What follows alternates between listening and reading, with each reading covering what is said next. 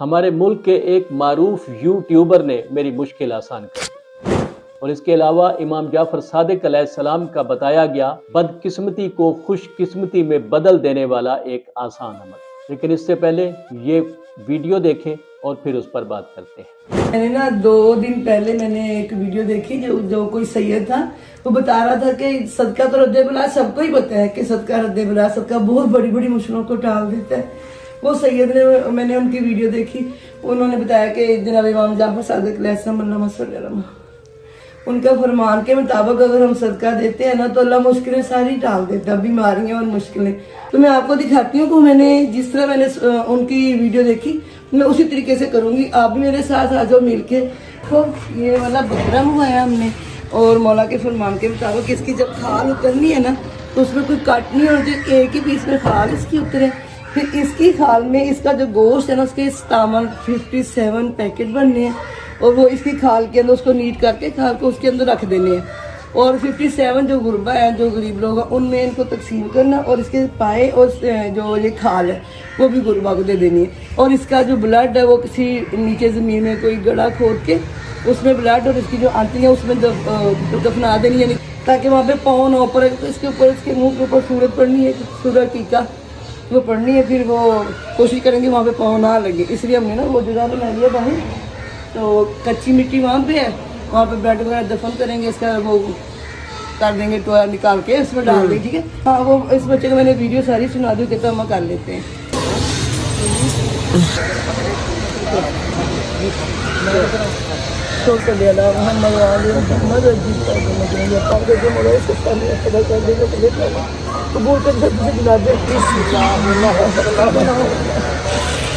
یہ ساری جو آنتری ہے نا اس کی، جہاں پہ ہم نے وہ گڑھا کھودا تھا نا، اس کے اندر بلڈ گیا اس کا، یہ بھی اسی میں دفن کرنی ہے مٹی کے لیے، جہاں پہ پاؤں نہ آئے۔ اس لیے اب رکھو، میں آپ کو بتاتی ہوں، اس کو لے کے یہ رکھ دو یار۔ میں چاہتی ہوں کوئی مسٹیک ہو نہ، اللہ پاک مشکل آسان کر دے، مولا میرے بچے کے لیے آسانیاں پیدا کرے۔ اس میں بلڈ ہے اور اس میں یہ، اب اس کے اوپر مٹی ڈال دو، کئی کے ساتھ رکھنا، پاؤں نہ لگانا، کیونکہ اس سے صورت پڑی ہوئی اس پہ، اس کے نا بکرے کے منہ پہ پڑی، ہاتھ سے ڈال دو، کہیں نہیں ایسے صدقہ تو دینا ہی ہوتا ہے، تو بندہ اچھے طریقے سے صحیح، جیسے میرے مولا کے فرمان کے مطابق ہم لوگ کر لیتے ہیں، تو مجھے تو پوری امید ہے کہ میرا مالک ضرور موزہ دکھائے گا میرے بیٹے کے لیے۔ گوشت وغیرہ بن رہا ہے، یہ 57 پیکٹ گوشت کے سیری پائے علیحدہ سے دے دیے، اور جو کھال ہے وہ علیحدہ ٹکڑا میں دینی۔ پہلے سارے یہ جو پیکٹ ہے نا، یہ کھال بچھا کے گاڑی میں اس کے اوپر سارے پیکٹ رکھنے ہیں، پھر اس میں سے اٹھا کے غریبوں کو 57 جو ہے نا پیکٹ ہم نے تقسیم کرنے ہیں۔ پھر اس کے بعد جو کھال ہے وہ بھی ہم ایسے کسی غریب کو دے دیں گے، اللہ پاک سب کے لیے آسانیاں پیدا کریں۔ پڑھو بیٹا 2 بیٹھے۔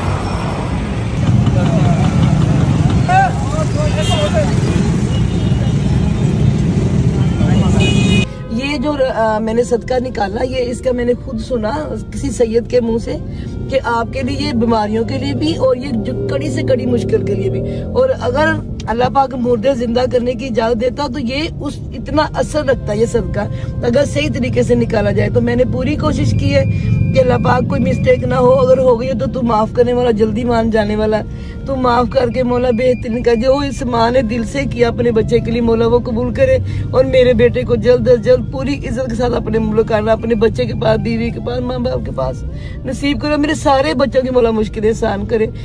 میرے کل شعین قدیر خالق، تیرے دست قدرت سے کچھ بھی بعید نہیں، تو چہردہ معصومین علیہم السلام کے وسیلے سے اس خاندان کو تمام مشکلات سے رہائی عطا فرما، اور اپنی کریم بارگاہ میں ان کا یہ صدقہ قبول فرما کے ان کی دعائیں مستجاب فرما۔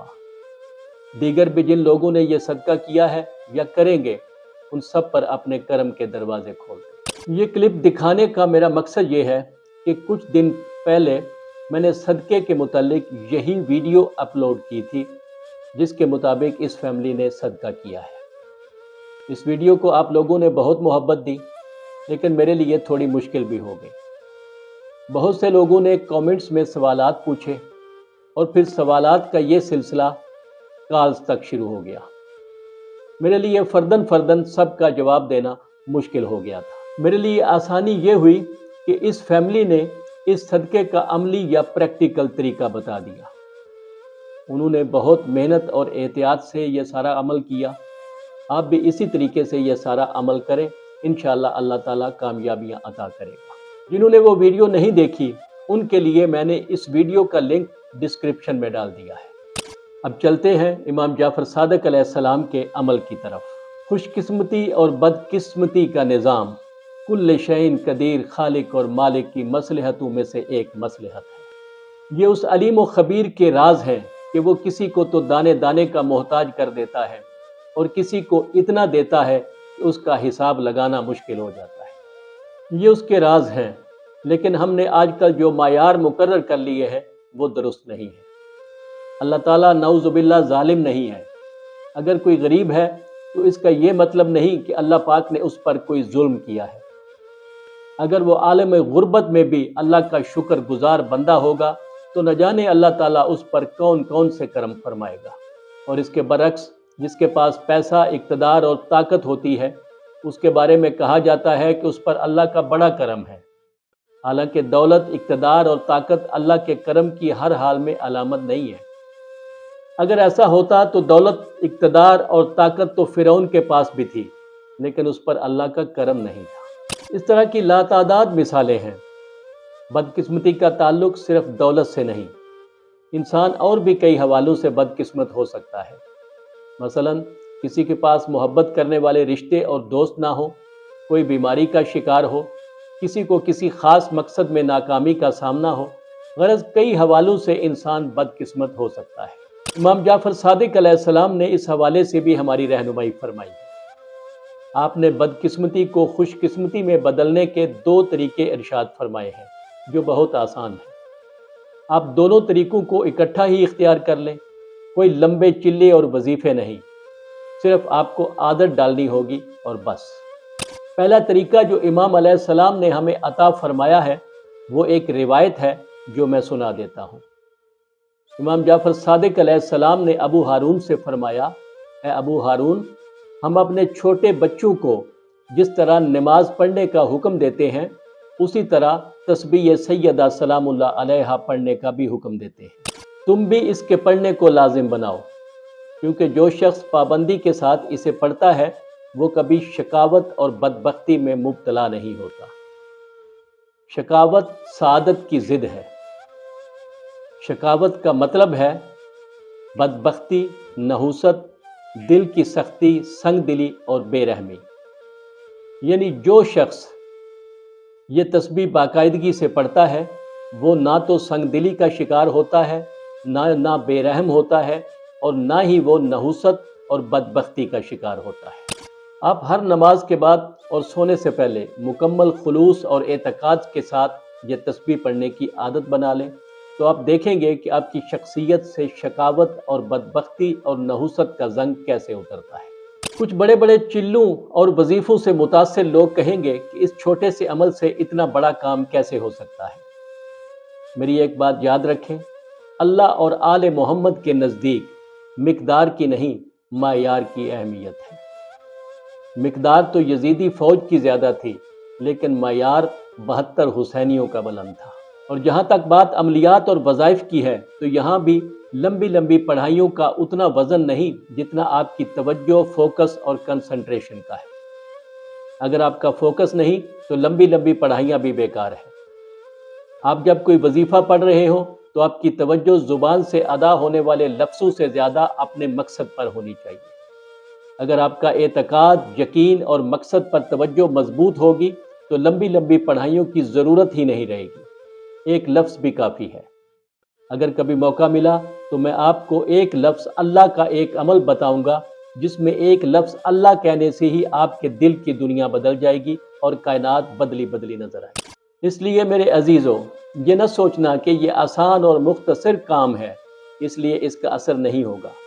دوسرا طریقہ جو امام جعفر صادق علیہ السلام نے عطا فرمایا وہ بھی ایک مختصر عادت ہے۔